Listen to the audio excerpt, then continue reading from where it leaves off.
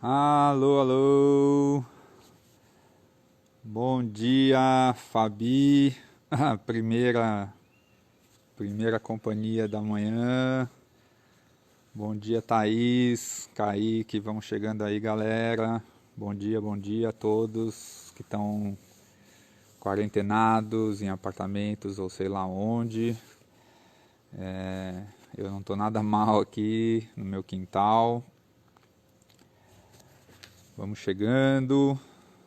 Vamos ter uma live muito legal hoje. Começando um pouquinho mais cedo aqui para o pessoal ir entrando.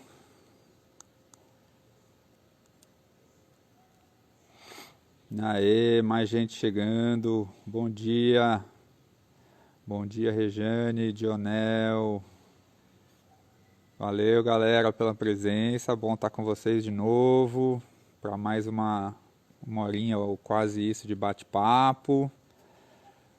Tô pegando as manhas do Instagram, pegando as manhas de baixar os vídeos, editar os vídeos. Vamos ver se as perguntas estão funcionando. Espero que sim. Aí estão as perguntas aqui. Várias perguntas que foram mandando desde ontem. Nessa live, estou contando com dois apoios super bacanas.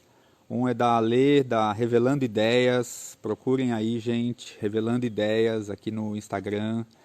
Trabalho maravilhoso que ela faz de ilustração e facilitação gráfica, tipo em tempo real, assim. Enquanto estou falando, ela está desenhando e ilustrando todos os conceitos, criando um mapa, tipo, né, grafando no papel, um mapa mental, assim. Muito legal, ela fez isso na minha palestra da Perestroika uns 10 dias atrás. Adorei o trabalho, a gente fechou uma parceria, ela vai estar com a gente nessa live hoje. E também da Flutuar BR, quem não conhece, procurem a Flutuar BR aqui no Instagram também. É um centro de flutuação lá em São Paulo. É incrível, já tive lá várias vezes. A ideia da flutuação basicamente é você meditar e atingir um estado expandido de consciência através da privação sensorial. Então eles têm um tanque, que é tipo um casulo assim, e lá dentro tem uma piscina, é bem amplo, e ela é cheia de sais de magnésio. E você boia, que é uma maravilha, e a água na temperatura do corpo. Aí você fecha uma tampa, que tem um mecanismo hidráulico super leve de fechar e abrir, não dá nenhuma claustrofobia. Lá dentro tem um botão para lâmpada, tem um botão se você precisar se comunicar e pedir ajuda. Aí quando você se sentir confortável, você aperta o botão, apaga a luz e você fica lá, sem escutar nada, sem enxergar nada e sem sentir quase nada no corpo, porque você está ali boiando na temperatura do corpo. E a ideia é que essa falta de input sensorial modifica a atividade cerebral, modifica o estado de consciência, é uma prática super relaxante, e o sal de magnésio ainda faz super bem para a pele. Você sai de lá com pele de bebê, e na saída tem tudo que você precisar, tem secador, tem vestiário, tem fio dental, tudo que você precisar, muito massa lá.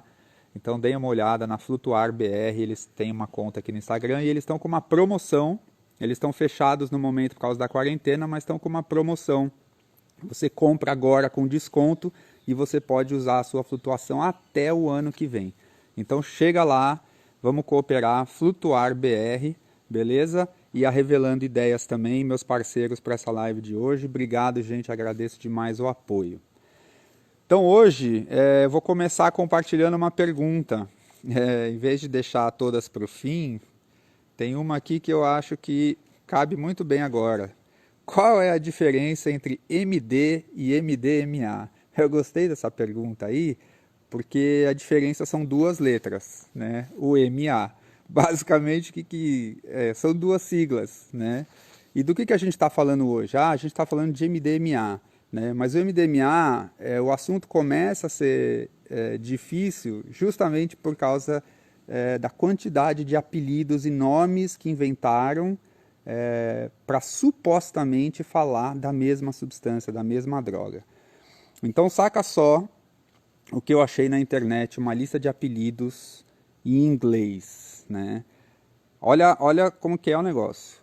Adam, Blue Kisses, Chocolate Chips, Decadence, E, Essence, Love Doctor, E-Bomb, Eve, Love Drug, Doctor, Clarity, Baby Slits, Booty Juice, Molly, Rolling, Skittles, Speeds for Lovers, Vitamin E, Smarties, Scooby Snacks, Row, tem mais, Candy, Dancing Shoes, Domex, Ecstasy, esse é bem famoso, né? Ecstasy, Kleenex, até nome de Kleenex para mim é papel de assoar o nariz.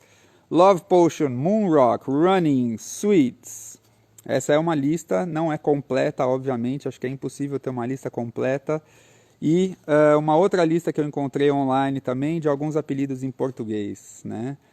Tem o Ecstasy, obviamente, tem o Alien Verde, Golfinho Azul, Cupido Azul, Charada Azul, Balinha, Charada Verde.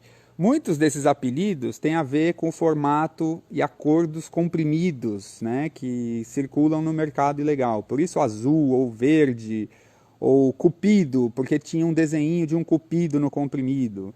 Tem elefante rosa, F1 de Fórmula 1, Hug, dólar, orbital roxo, pílula do amor, Calvin Klein azul, doce. Esse é um apelido curioso, porque doce costuma ser também apelido do LSD, né? Então, para ver como tem confusão. Em português ainda tem sorriso, bola de neve, Shazam e finalmente apareceu na lista MDMA. E aí a gente volta então para a pergunta aqui do camarada, qual a diferença entre MD e MDMA? Né? Basicamente, se a gente estiver falando, a gente não está falando de química, né? Eu não consigo responder essa pergunta falando de química, de farmacologia, porque são dois apelidos, são duas gírias, né? Só que a gíria MDMA casa de ser também a sigla de uma nomenclatura química, né? Então os químicos, eles têm, se não me engano, duas, talvez até três, mas eu acho que são duas regras de como nomear moléculas. Então são regras, né, que você segue um passo a passo e o nome da molécula, o nome químico, ele vai depender de quantos carbonos tem, quantos nitrogênios, quantos oxigênios, da estrutura, se tem anéis benzênicos, se não tem, etc. e tal, né? Então, MDMA é a sigla, tecnicamente falando, de 3,4-metileno-dioximetilanfetamina. Esse é o nome químico dessa substância que veio a ser mais famosa, né, com o nome de êxtase. Mas tem também todos esses que eu falei e tem outros ainda, né? Eu lembro de bala, pastilha, quando eu era jovem eu escutava esses nomes, os apelidos vão mudando ao longo dos anos, né? E essa é uma droga muito, muito utilizada no mundo, né? Das drogas ilícitas, fora a cocaína, né? Que é provavelmente a droga mais usada, e os opiáceos também, né? É uma droga muito usada, né? E aí o problema não para por aí, né? O problema não para na variedade de apelidos, de nomes que as pessoas usam para se referir a essa droga supostamente MDMA. Na verdade, os problemas só começam aí, né? E é disso que a gente vai falar nessa live hoje. A gente vai falar, vou tentar explicar para vocês melhor o que é o MDMA e o que ele não é, né? Isso é muito importante. Por quê? Porque o MDMA, né, essa substância que tem essa sigla que depois vira uma gíria, né, e isso aí já cria muita confusão, dificuldade de comunicação, né, é uma substância que quando a gente cai no mercado ilícito, né, e ela é ilegal desde os anos 80, né, ela é a droga ilícita mais contaminada do mundo. O que isso quer dizer? Bom, qualquer droga ilícita, né, proibida, na forma que ela circula, seja maconha, cocaína, êxtase, o que quer que seja, existem contaminantes. Então, na maconha, provavelmente todo mundo já ouviu falar que circula com xixi de rato, com amônia, coisas que os caras põem para aquele prensado não mofar, ou para os cachorros policiais não farejarem, etc, etc. Isso aí são adições de contaminantes. Também existem contaminantes, quando a gente está falando de sintéticos, que vêm da síntese feita em laboratórios underground, que muitas vezes falta conhecimento, ou falta equipamento, ou não tem os reagentes adequados, etc. e tal. E aí a substância que sai sintetizada com solventes, com vários tipos de contaminantes químicos. Bom, e quantos contaminantes existem no mercado ilícito de êxtase? Né? Será que são dezenas? Será que são centenas? Né? E, de novo, ninguém sabe exatamente, porque quando a gente está falando de coisa ilícita, né, isso tudo acontece escondido, né, e as informações que a gente recebe são parciais. Mas não quer dizer que não existam estudos. Né? Tem que haver estudo porque é uma questão social e de saúde importante, né? Tanto saúde individual quanto saúde pública. Né?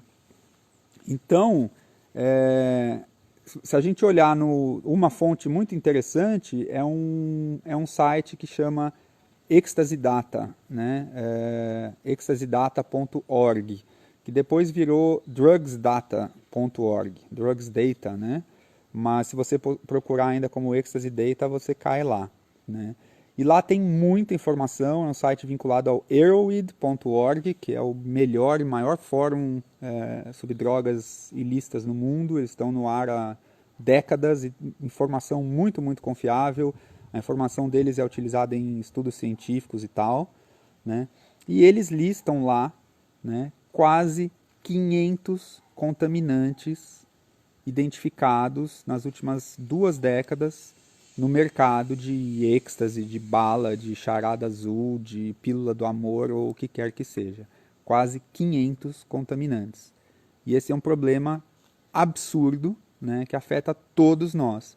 Então, eu tenho falado há vários anos em palestra, né, o mercado de êxtase, né, eu vou começar a usar esse termo e deixar os outros apelidos de lado, é um mercado que é uma roleta russa. Ninguém sabe o que está tomando, ninguém sabe o que tem ali, né? Ninguém sabe as doses. E aí a gente tem 500 moléculas e tudo que acontece de ruim, a culpa é atribuída ao MDMA. Né? Então é uma substância que ela é injustiçada. Todos os problemas de 500 drogas, a culpa é do MDMA. Alguém toma um comprimido e morre mesmo, tem fatalidades nesse mercado, né? A culpa é do MDMA. Alguém vai lá e tem uma experiência horrenda, fica intoxicado, vomitando, é internado no hospital. A culpa é do MDMA. E essas histórias elas vão escalonando, bola de neve, vão se espalhando, sai matéria na imprensa, as mães e pais ficam assustados, até os médicos atribuem os problemas ao MDMA, mas quase nunca são feitos testes químicos adequados no material, porque muitas vezes não sobra nada, a pessoa compra uns comprimidos, toma todos os comprimidos, divide com os amigos, se passa mal joga o comprimido fora e não tem material para ser testado. E basicamente a gente não sabe, né, se era MDMA, se tinha MDMA ou se não tinha MDMA. Aí a galera, olha, uma boa, MDMA, meu Deus, me ajude, diz aí o Hobbes Baiman. Então, é um mercado super complicado, né, cheio de contaminantes e que não se sabe a dose. Eu costumo dizer também que a galera fica discutindo a embalagem sem saber o conteúdo. Né? Igual a gente falou na live passada, também rolam todas as lendas, que tal comprimido é mais assim, que outro é mais assado, que não sei o quê, e que vai ver, e tem pouco teste, mas não é também totalmente sem informação. Tem vários grupos em vários países, né, que trabalham dentro da perspectiva da redução de danos nos festivais, nas festas e tal. Né? E esses grupos, eles foram desenvolvendo métodos e os químicos foram desenvolvendo métodos para tentar gerar segurança e tentar saber o que rola nesse mercado ilícito. E um dos principais métodos é o chamado teste colorimétrico. É um teste de cor. É basicamente uma reação química. Então a pessoa pega com uma pinça um pedacinho de um comprimido que ela quer testar, ela pinga esse reagente, né? E dependendo das substâncias químicas que tem ali naquele comprimido, o reagente vai dar uma reação de cores diferentes. Pode ficar amarelo, pode ficar roxo, pode ficar preto, pode ficar verde. Tem vários tipos de testes colorimétricos. Ajuda? Ajuda. É polêmico? É. No Brasil já houve problemas porque o lado mais conservador diz que fazer isso é apologia às drogas, é estimular o jovem a usar droga. E os que defendem isso defendem corretamente, ao meu ver, que isso está trazendo segurança. Né? Está dizendo para o jovem não usar comprimidos que possam conter moléculas muito mais tóxicas do que o MDMA de fato. Né? E aqui para essa live é importante lembrar que quando eu falo de MDMA, eu estou falando da 3,4-metileno-dioximetilanfetamina, uma substância específica, uma molécula que a gente pode estudar, que a gente pode utilizar, que a gente sabe os efeitos dela e que está se tornando uma molécula muito importante para a psiquiatria. Eu vou falar um pouco disso hoje e mais ainda nas próximas lives, né? Então, os testes colorimétricos, por exemplo, eu fiz umas anotações aqui. Tem um que é o reagente de Marques, por exemplo. Quantas substâncias que esse reagente é capaz de reagir e gerar alguma cor? 53 substâncias. Basicamente 10% dos contaminantes que existem, né? Os outros 90% você não vai ficar sabendo, o reagente não funciona bem. Então, assim, obviamente não resolve a situação, mas ajuda. Dessas 53, algumas são dos contaminantes mais comuns. Só que também o negócio não dá 53 cores diferentes, né? A gente não consegue nem diferenciar. É um roxo mais claro, um roxo mais escuro, cada um vai ter uma opinião, né? Então, também é uma coisa, por exemplo, esse reagente, se der roxo escuro, pode ter naquele comprimido MDA, MDEA, MDMA ou MDPR. São 4 substâncias diferentes. Ok, eu tinha um comprimido, eu usei esse reagente, ficou roxo, eu sei que é uma dessas 4. Bom, legal, você sabe que tem uma dessas 4, você teve alguma informação. Ainda assim, você continua sem saber a dose e você não sabe se tem outras coisas lá. Não é porque ele ficou roxo que quer dizer que só tem essas, né? Então, assim, é um negócio que ajuda, mas honestamente, eu acho que o pessoal que trabalha com esses testes às vezes esquece de ter um pouco um certo bom senso de tipo, cara, isso aqui não traz segurança total, não chega perto de ser o que seria uma situação em que a substância não fosse proibida, né, e você compra e você sabe a dose, como é o álcool, por exemplo. Você escolhe se você quer um shot de tequila, uma cachaça ou uma cerveja, você pode olhar a graduação da sua cerveja ou do seu vinho, né, e você consegue saber a dose, né? Isso é muito importante. Quando o álcool era proibido, por exemplo, 100 anos atrás nos Estados Unidos, tinha um monte de bebida contaminada, né, com metanol, que é tóxico, que não é o etanol da bebida, né, e aí o metanol causou um monte de problema, um monte de intoxicação, né? Então, o mercado de êxtase ele é extremamente complicado. E aí eu vou dar uns números para vocês para mostrar como que é o lance, né? Tudo isso do ecstasidata.org, né? Então, assim, quantos comprimidos desse mercado tem MDMA, né? E quantos nem tem MDMA? Porque a gente tem basicamente 3 situações. O comprimido pode ter MDMA. Ele pode ser, em primeiro lugar, só MDMA, um comprimido só da molécula que interessava para a pessoa. Em segundo lugar, pode ter MDMA e contaminantes dessa lista de 500 substâncias. Em terceiro lugar, pode nem ter MDMA e só ter contaminantes. E eu vou mostrar alguns números para vocês aqui, vou falar alguns números que eu acho absolutamente chocantes. Então, assim, entre 99 e 2019, são 20 anos, e eu vou falar para vocês as porcentagens agora, tá? De comprimidos encontrados que só continham MDMA. Então, começando em 1999, 51%. Em 2000, 46%. Em 2001, 50%. Depois, 33%, 37%, 11%, 29%, 30%, 18%, 15%, 9%, 24%, 17%, 24%, 28%, 23%, 33%, 47%, 49%, 55% em 2018. Né? O melhor resultado foi 2018, ou seja, em 2018, né, o mercado de êxtase conseguiu que um pouquinho mais da metade das drogas que se vende e consomem fossem apenas MDMA. E quantos comprimidos nesses anos nem tinham MDMA, só contaminantes? Vamos aos números de novo desde 1999. Sem MDMA, hein, galera? Olha as porcentagens. 42% em 1999, 50% em 2000. Metade das paradas nem continham MDMA. 40% 48, 45, 55, 36, 15, 37, 46, 60. Teve ano que 60% do material não continha MDMA. 37, 38, 39, 33, 31, 15, 9, 10, 8 e 5. Esses são os anos mais recentes, 2019, 18, 17 e 16. Aí a gente vê que nos anos mais recentes, né, o mercado, de alguma forma, ele conseguiu melhorar nesse aspecto. São baixas as porcentagens de comprimido que não contém MDMA.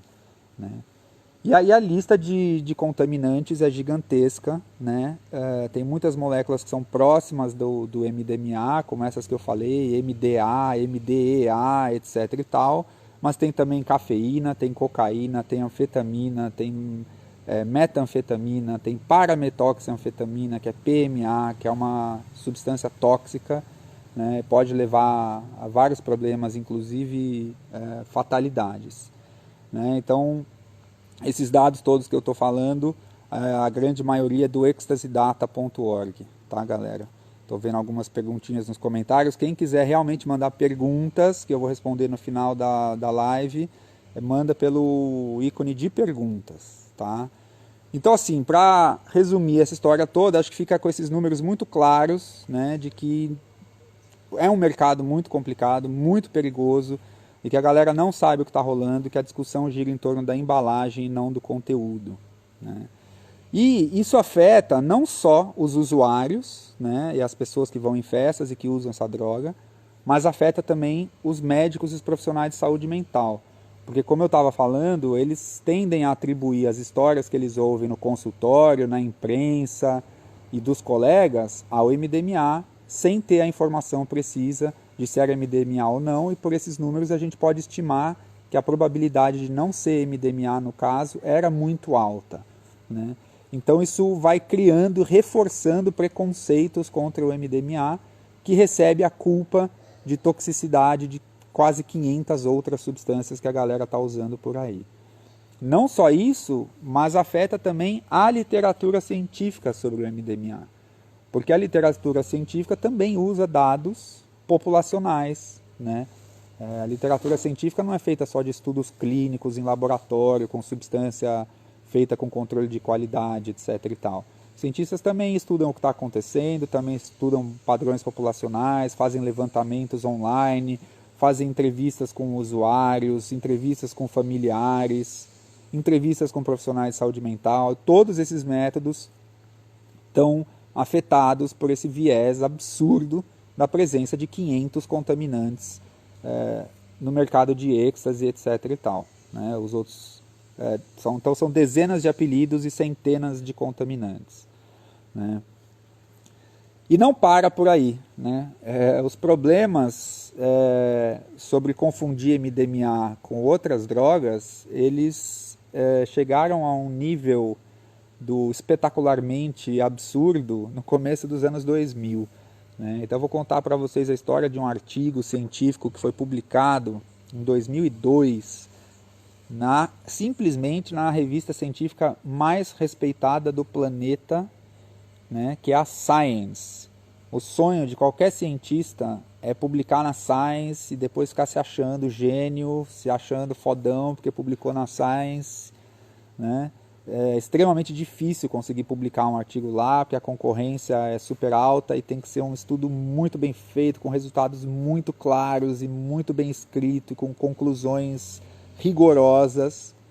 E aí em 2002 saiu esse estudo na Science falando que poucas doses de MDMA em macacos causava dano cerebral, dano aos neurônios, principalmente aos neurônios dopaminérgicos, né? E que isso poderia, em humanos, poderia até causar mal de Parkinson. E um dos autores saiu dando entrevista por aí. A Science, ela pauta muito jornalismo científico no mundo.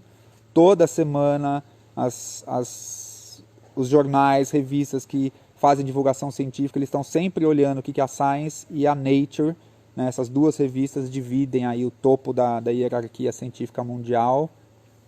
E tudo que sai lá é notícia em todos os lugares. E essa história viralizou ela correu o mundo, né, de que MDMA causava dano cerebral, que MDMA matava neurônio, que MDMA podia causar mal de Parkinson. Bom, esses pesquisadores já tinham algumas outras pesquisas em ratos e tal. E aí um pequeno grupo de pesquisadores, né, que estudava MDMA também e tinha interesse, já naquela época, no começo dos anos 2000 eu estou falando, eles tinham interesse em pesquisas usando o MDMA como remédio, pesquisas terapêuticas sobre o efeito do MDMA. E eles ficaram com a pulga atrás da orelha, eles falaram, esse artigo está muito estranho, esses dados estão esquisitos, isso não condiz com a literatura, não tem casos de mal de Parkinson entre usuários de êxtase, o êxtase já estava no mercado há quase 3 décadas, né? E eles escreveram uma carta para a revista, né, questionando os resultados do artigo, né? E nessa carta eles falam, entre outras coisas, eles falam, olha, na verdade a substância que é conhecida por causar esses problemas de neurotoxicidade em neurônios dopaminérgicos é a anfetamina e a metanfetamina, né? Esses dados aqui são estranhos, talvez eles tenham errado o cálculo de dose. O cálculo de dose de uma espécie para outra, de vários macacos diferentes, de macaco para humano ou de rato para humano, não é simples. Não é tipo, se a dose é 10 mg por quilo num ser humano, é 10 mg por quilo no outro bicho. Não é assim, é muito mais complicado do que isso. Os autores responderam a essa carta, se defenderam, mas a coisa foi escalonando, outros cientistas começaram a questionar, e depois de algum tempo, em menos de 1 ano, o artigo foi retratado, que é basicamente despublicado. É uma dos maiores vexames que um cientista pode correr na carreira dele, né? É publicar um artigo e depois ter que despublicar porque houve algum erro grotesco, né? E esse artigo foi despublicado, retracted é o termo em inglês. Ele existe até hoje, todo mundo pode ir no site da Science, pode baixar, pode ler, né? Mas ele fica lá, esse paper foi retracted, houve problemas com esse estudo. E qual foi o problema? Bom, segundo os autores, houve uma confusão e o frasco que eles usaram era de metanfetamina, não era de MDMA. E eles tentaram dizer que o erro foi do fornecedor, e isso para mim não está bem esclarecido até hoje, né, onde é que aconteceu esse erro, mas os autores admitiram o erro. Bom, pois bem, como qualquer coisa na mídia que sai uma matéria ruim e é obrigado a fazer uma retratação ou abrir um direito de resposta, o direito de resposta não recebe todos os holofotes, né, que a matéria original recebeu. Esse paper então foi retracted. A Nature, que é meio concorrente da Science, ela classificou esse episódio como um dos episódios mais bizarros da história da psicofarmacologia, né? E a lenda circula até hoje que o MDMA mata neurônio, de que o MDMA pode causar mal de Parkinson e que em apenas uma dose você pode fritar o seu cérebro. Mas a real não é essa, a gente sabe que não é assim, né? Não é uma droga totalmente segura, né? Vou até aproveitar aqui e compartilhar outra pergunta que rolou aqui que eu gostei.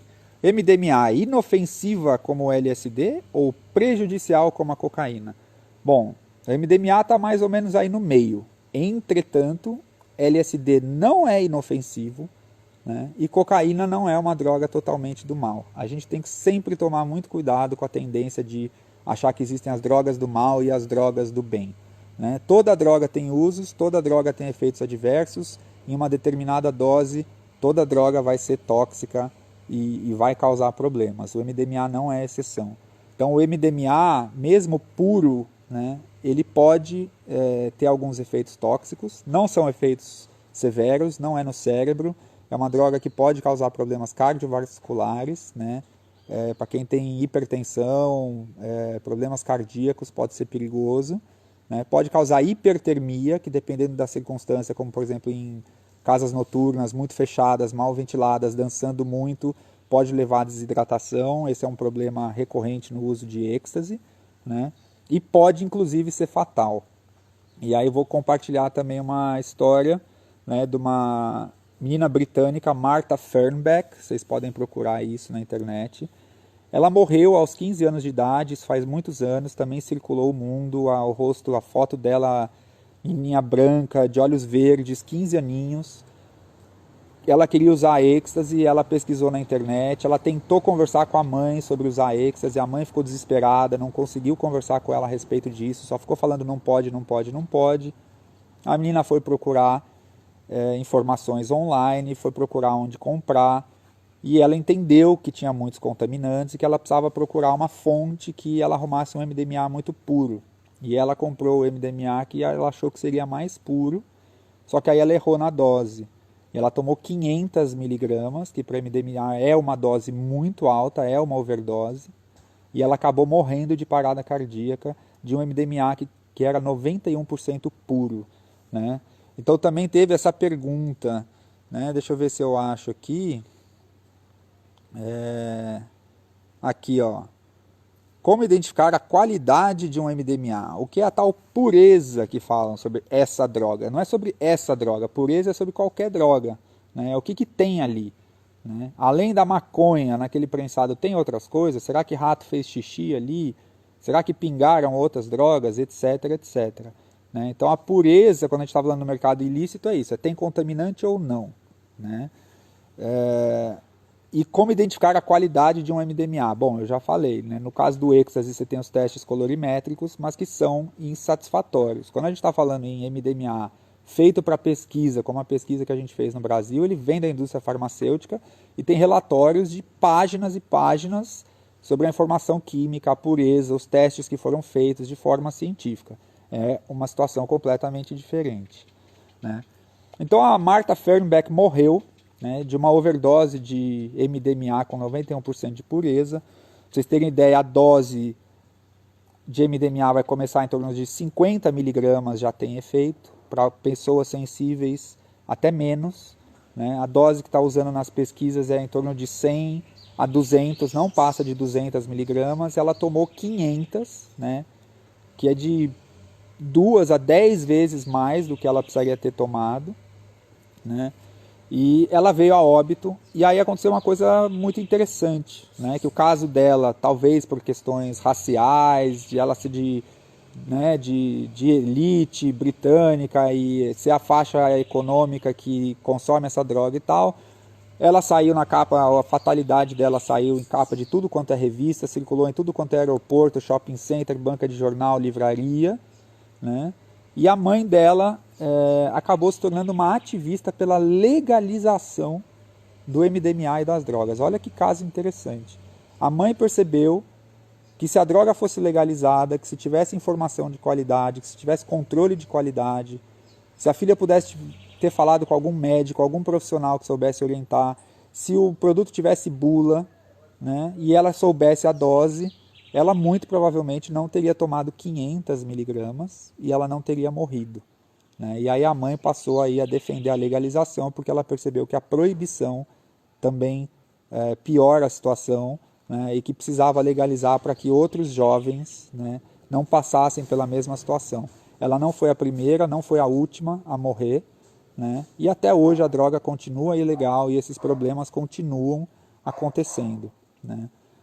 E aí é muito interessante, né, eu falar um pouquinho com vocês sobre razão de segurança, né? A razão de segurança é uma forma como que a gente calcula o perigo das drogas, né? Que é um cálculo entre a dose efetiva e a dose letal. Quanto maior a razão de segurança, mais segura é essa droga. Quanto menor, mais perigosa. Ou seja, uma razão de segurança de 1 significa que a dose que faz efeito interessante também mata. Portanto, é uma droga que não tem utilidade. A maioria dos remédios que estão na farmácia tem razão de segurança entre 10 e 100. Né? O MDMA é difícil calcular a razão de segurança, inclusive por causa de tudo isso que eu falei de contaminantes e tal, mas a razão de segurança é em torno de 18. Ou seja, uma dose 18 vezes maior do que uma dose efetiva, ela vai ser uma dose tóxica ou fatal, dependendo de ajustes de como é que você faz esse cálculo, né? Então, assim, essa menina poderia também não ter morrido com 500 miligramas. 500 miligramas não vai ser fatal para várias pessoas, mas para essa menina foi, né? Então, assim, o MDMA tem efeitos tóxicos, não é uma droga totalmente segura, mas ele não é neurotóxico, ele não mata neurônio, ele não causa mal de Parkinson, né? E aí fica a questão, então, bom, por que essa substância é proibida? Quase tudo isso que eu falei para vocês aconteceu depois da proibição, não antes. Não foi proibido porque a Martha Fernbeck morreu, já era proibido, e em parte ela morreu porque era proibido. Então, vou contar um pouquinho a história do MDMA para vocês. Qual que é o lance? O MDMA ele foi sintetizado na indústria farmacêutica alemã Merck em 1912. Eles estavam procurando drogas para drogas coagulantes, drogas para parar hemorragias e tal. Até essa história circulam lendas, circula muito por aí que o MDMA foi sintetizado nessa indústria procurando um supressor de apetite, uma coisa que tire a fome, que depois foi testado em soldados. A Merck, em 2006, fez um levantamento de todos os documentos da empresa e mostrou que isso não é verdade, que sim, o MDMA foi inventado lá em 1912. O inventor morreu 4 anos depois sem saber a utilidade dessa substância. Eles patentearam o MDMA, perderam a patente, nunca souberam o que fazer com o MDMA. Foi só no final dos anos 60 que um químico chamado Sasha Shulgin, que eu ainda vou fazer uma live só sobre ele algum dia, O Sasha Shulgin foi o segundo maior químico da história dos psicodélicos depois do Albert Hofmann. E o Sasha estava interessado na mescalina, que é um dos psicodélicos clássicos, como a gente chama, a mescalina dos peiotes, o LSD, a psilocibina dos cogumelos e a DMT da ayahuasca e outras plantas. Esses 4 são os que a gente chama de psicodélicos clássicos. Eu vou usar muito esse termo nessa live e nas próximas. E ele, estudando química, ele percebeu que o MDMA era uma molécula que tinha uma estrutura química muito interessante. É uma substância sintética, ou semissintética, se você quiser. Ele pode ser sintetizado a partir de plantas, mas essas vias não são economicamente boas, são muito caras. Mas o MDMA ele é uma mistura da mescalina com a anfetamina. É uma ponta de uma com um rabo da outra. É uma molécula muito curiosa, uma molécula bem peculiar, da categoria das fenetilamina, e aí o Shulgin falou, essa molécula deve ser muito interessante. E ele ressintetizou e ele experimentou nele mesmo, mais ou menos nos mesmos modelos do Albert Hofmann, só que não trabalhando na indústria, ele fazia isso num laboratório que ele mesmo tinha. Depois eu explico para vocês como que isso rolava, e não era ilegal, ele tinha licença para fazer essas substâncias. Ele testou nele mesmo, achou os efeitos incríveis, falou, esse é um psicodélico diferente, que ele não dá todas aquelas visões, não tem visão caleidoscópica nem nada disso. E era uma substância que afetava principalmente o raciocínio, o pensamento, a mente e o afeto. Ele falou isso a vida inteira. O MDMA é uma substância de coração e cabeça. E ele falou, isso aqui é incrível para psicoterapia. O LSD já tinha sido proibido, os outros psicodélicos já estavam proibidos, isso era nos anos 70. E aí eles começaram a utilizar o MDMA com o apelido de Adam, de Adão, que alguém veio com essa ideia que eu acho meio descabida, que enfim, o efeito do MDMA lembra o homem primitivo, Adão e Eva, um estado natural, não corrompido, etc. e tal, do amor mais puro e tal, eles chamavam de Adam.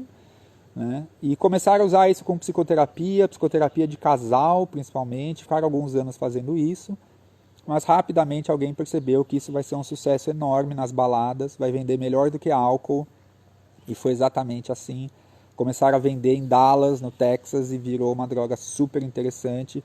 Rapidamente algum comerciante apelidou de êxtase, também em referência a esse efeito, essa sensação, o êxtase, essa euforia, essa emoção, essa vivência. E aí o negócio pegou e aí o governo americano resolveu que ia proibir. E aí a DEA, que é a Drug Enforcement Administration, anunciou no começo dos anos 80 a intenção de proibir o MDMA. E aí os mesmos pesquisadores que lá em 2002-2003 questionaram o estudo zoado em macacos, que não era MDMA, que era metanfetamina, que é o pessoal da MAPS, que é o pessoal que a gente tem parceria, que a gente trouxe esse trabalho para o Brasil. Ou seja, esse povo está há 30, 40 anos ativamente trabalhando com essas substâncias. São os maiores especialistas do mundo em MDMA. Eles lá nos anos 80 fizeram um peticionamento para a DEA, falando que essa substância não deve ser proibida, ela não deve ser colocada na categoria 1, Nos Estados Unidos a proibição tem categorias ordinais, né? Categoria 1, 2, 3, 4. E a categoria 1 é a mais severa. É a que eles dizem que essa substância tem alto potencial para dependência química e abuso e nenhum potencial terapêutico medicinal, né? E a DEA queria colocar o MDMA que estava sendo usado nas baladas e nos bares na categoria 1. E o pessoal da MAPS entrou com advogados, petições, e um juiz avaliou o caso, avaliou as evidências que eles apresentaram e concluiu já naquela época que o MDMA não devia ser classificado na categoria 1 e sugeriu a categoria 3, que é uma categoria que ia limitar o uso recreativo, mas ia facilitar a pesquisa científica, tanto de perigos quanto de potenciais terapêuticos. E aí a DEA ignorou as evidências científicas, ignorou a recomendação do juiz do caso e fez o que ela queria fazer desde o começo. Colocou na categoria 1, e o cara que colocou na categoria 1 ainda veio falar que, como não é aprovado como tratamento pelo FDA, isso é prova de que não existe potencial medicinal, que é um raciocínio absurdo, né? Porque você precisa fazer pesquisa para descobrir potencial terapêutico, para mostrar que é seguro, para aprovar pelo FDA. E aí o cara usa a ausência de pesquisas, a ausência de registro para dizer que não pode haver pesquisa. Quer dizer, não tem conhecimento, não pode ter conhecimento, eu vou proibir antes que tenha conhecimento. E isso atrasou a pesquisa e o desenvolvimento do MDMA em praticamente 3 décadas. Essa é a missão de vida do meu amigo Rick Doblin, né, o fundador e presidente da MAPS, né? MAPS News aqui no Instagram, com quem a gente tem essa parceria e está trazendo isso para o Brasil, né? Então, a MAPS foi fundada nessa ocasião, a MAPS foi fundada para tentar evitar a colocação do MDMA na categoria 1, e ela fracassou nesse primeiro momento, e aí a missão principal dela passou a ser o reposicionamento do MDMA como um remédio, e eles provavelmente vão chegar nisso até o ano que vem, né? Vou puxar outra pergunta aqui e a gente já vai caminhando para as perguntas. Alguém perguntou... Cadê?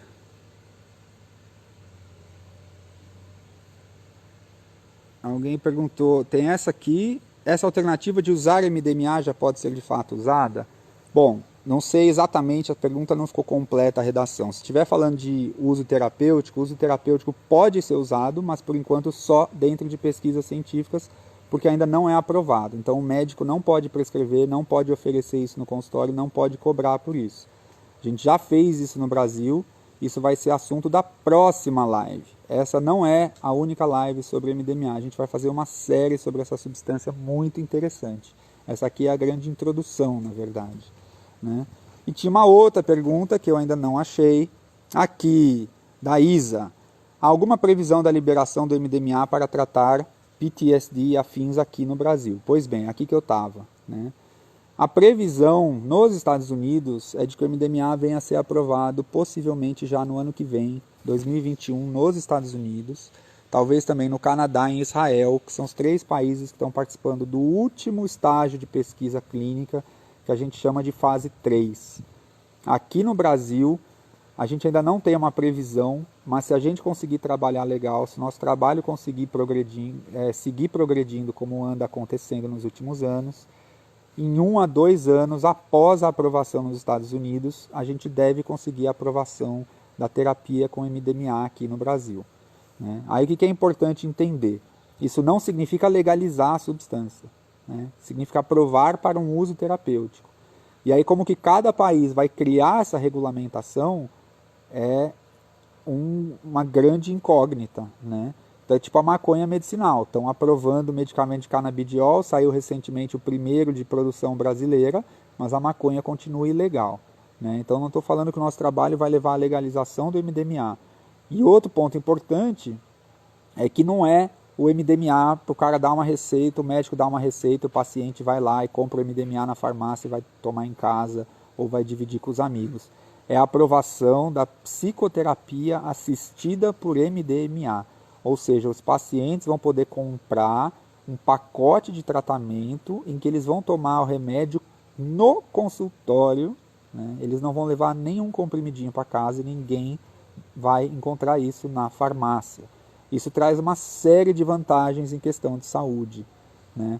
A chance de desviar isso para outras pessoas é muito pequena, a capacidade de monitorar é muito maior e a chance de efeitos adversos dentro de um consultório, com monitoramento de pressão sanguínea, de batimento cardíaco, com um médico, se necessário for chamar uma ambulância para remover para o hospital, né, é muito diferente da pessoa usar isso sozinha em casa, né?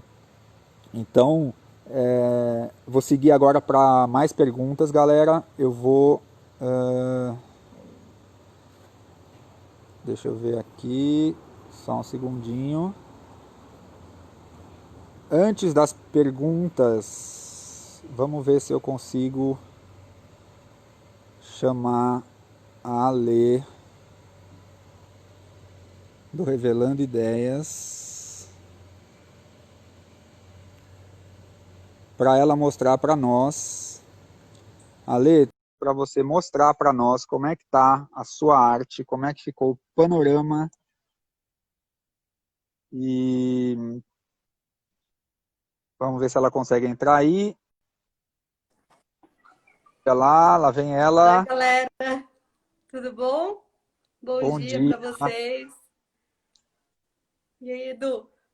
tudo bom? Tô, tá rolando aqui, Foi tudo muito jóia. rápido, viu? Olha lá, É, tá rolando o painel aqui. Ele tá na metade, até o final das perguntas aí. Eu vou terminar o painel para deixar toda a historinha aí que você contou do MDMA registrada até o final da live de vocês. massa demais. Parabéns pelo trabalho. Eu vou tentar fechar aqui, aí no final eu te chamo de novo, beleza? Legal, Edu, valeu. Valeu, parabéns.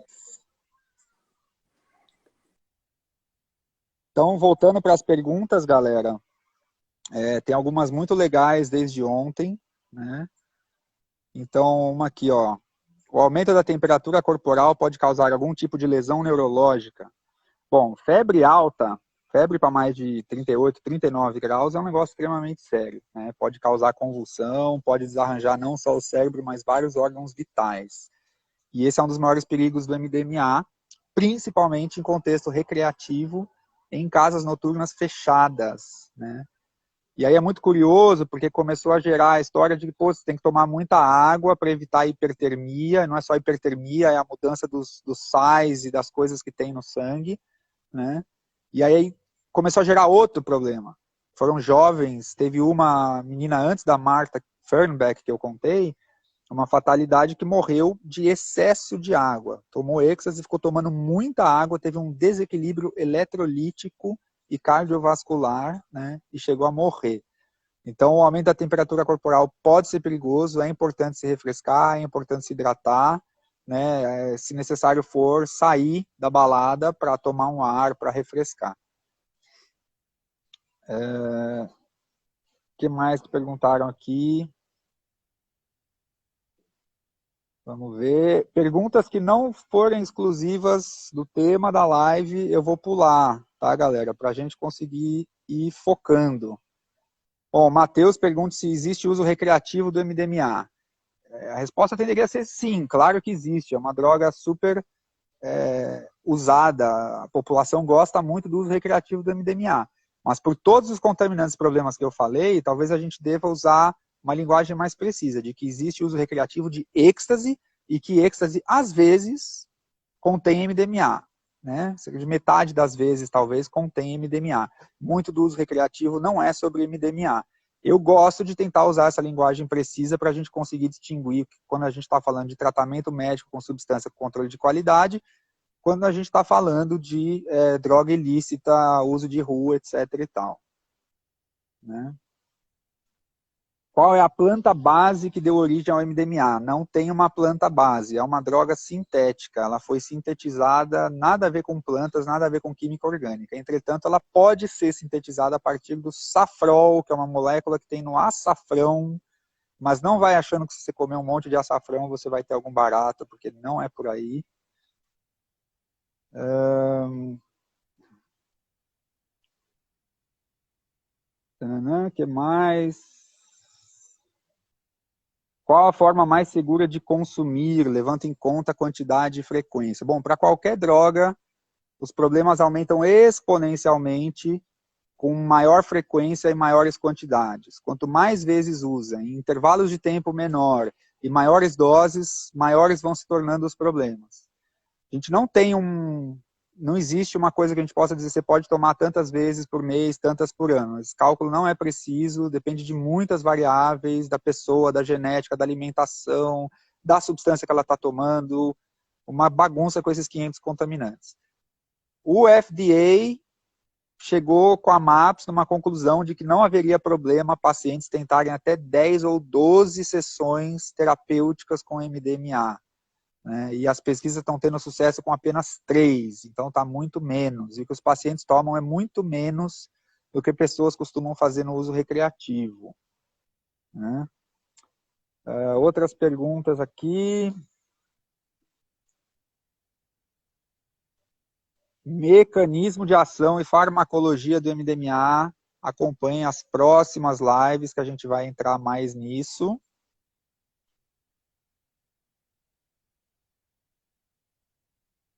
O MDMA para casos de tratamento a pacientes psiquiátricos que não têm avanço com a medicação. Nós vamos falar em detalhes, mais longamente, sobre psicoterapia assistida por MDMA nas próximas lives.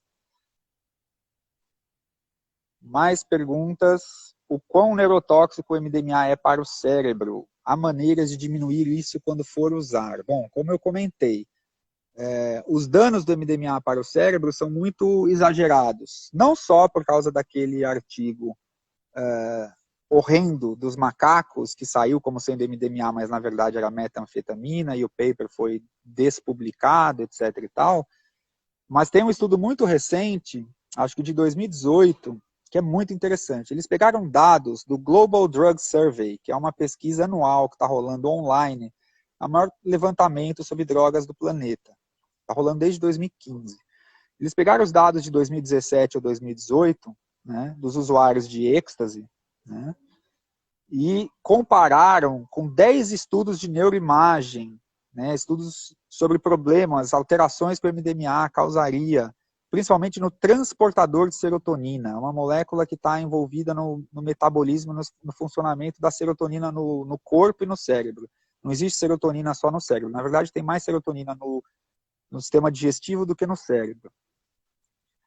E eles mostraram que essas pesquisas que mostraram que o MDMA causava danos nesse sistema e problemas, elas usavam abusadores extremamente abusadores. Quão extremo? 720% a mais. Ou seja, as pesquisas pegaram os caras mais exagerados, que usavam MDMA mais vezes por mês, mais vezes no ano, em doses mais altas, e nesses caras, alguns estudos encontraram problemas. Né? Só que isso, ok, esse não é um erro científico, porque traz uma informação importante. O abuso de MDMA vai alterar o transportador de serotonina, né, reduzindo esse transportador, e isso pode causar problemas metabólicos. Né? Mas essa população que foi parte dos estudos de neuroimagem representa os 5 a 10% de consumidores mais exagerados de toda a população que usa MDMA, ou êxtase, na verdade, usando como base essa pesquisa do Global Drug Survey. Importante lembrar que esse estudo ele não resolve a questão dos contaminantes. Né? Então, na questão do Global Drug Survey e nesses estudos de neuroimagem, a gente não sabe, de fato, de todos esses comprimidos que essas pessoas usaram, quantos tinham MDMA, quantos tinham outras drogas e em que doses. Então, esses estudos que tentam pegar os usuários de êxtase para falar quais são os efeitos do MDMA, de novo, tem o problema dos 500 contaminantes. Qualquer coisa que achar nessas pessoas, a gente não tem como ter certeza que é da molécula MDMA 3,4-metileno-dioximetilanfetamina. Espero que vocês já tenham decorado agora o que é MDMA e tenham entendido por que é proibido. Estamos chegando no final da live. Tem mais algumas perguntas. Não vai dar para responder todas, mas algumas são repetitivas. Vamos ver o que mais aqui.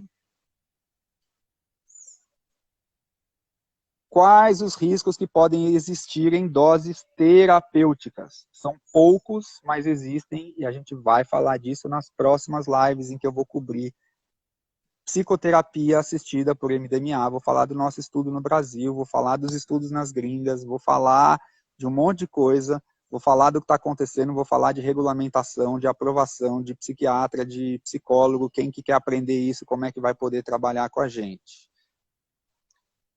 Dá tempo de mais perguntinha aqui, antes de eu convidar a Lê para ver aonde ela chegou com o desenho. Tananana.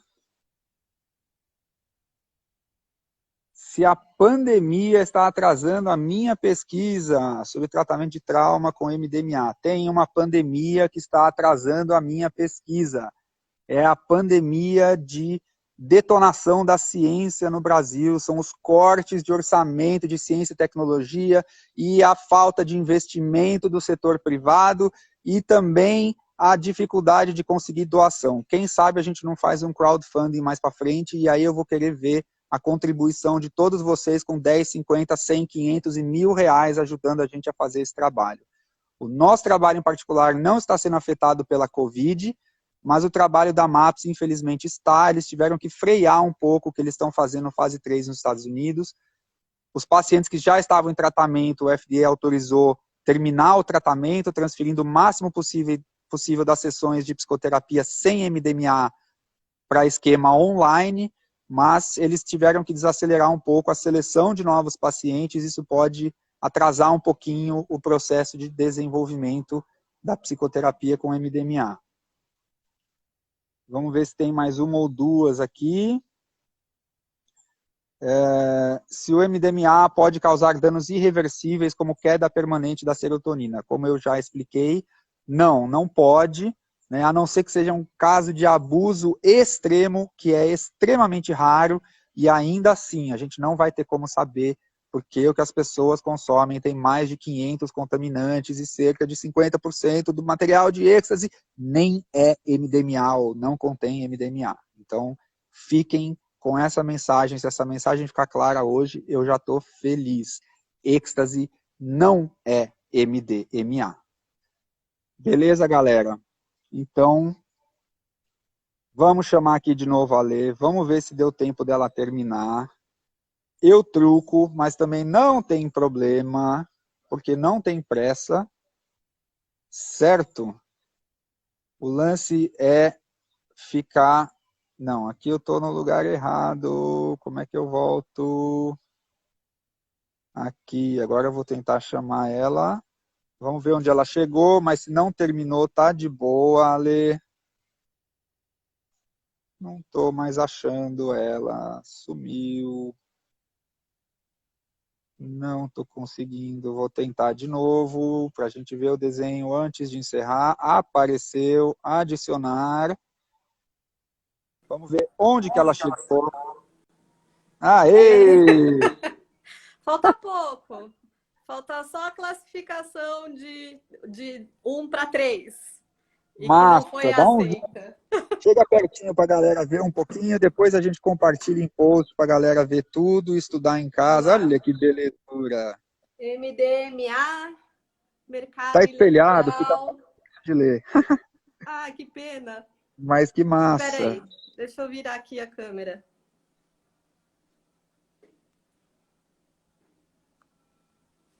Aí, Aê! vamos lá. MDMA, contando um pouquinho da história do MDMA. Massa, procedência, contaminantes, quais contaminantes, dúzias de gírias, ó o macaco lá com o cérebro lesado de metanfetamina. Massa. Tudo bem. Olha, mostra ali o teste colorimétrico ali, ficou bonitinho. Aê, muito bom. Revelando ideias, tá aí, galera. Sigam a Alê. Vão lá na Flutuar, ajudem o pessoal também. Compre uma flutuação agora e fique com ela podendo flutuar até o ano que vem. Beleza? Valeu, Ale, brigadão. A gente fala Valeu, durante... já manda aí para vocês. Obrigada pela oportunidade, super bacana conhecer mais sobre isso e ajudar na retratação do conteúdo para vocês. Massa, valeu. Valeu! Valeu, galera. Abraço. Hoje é também um dia especial, não para todo mundo que curte psicodélicos, mas para mim é o meu aniversário de 6 anos de casado. Então, tchau.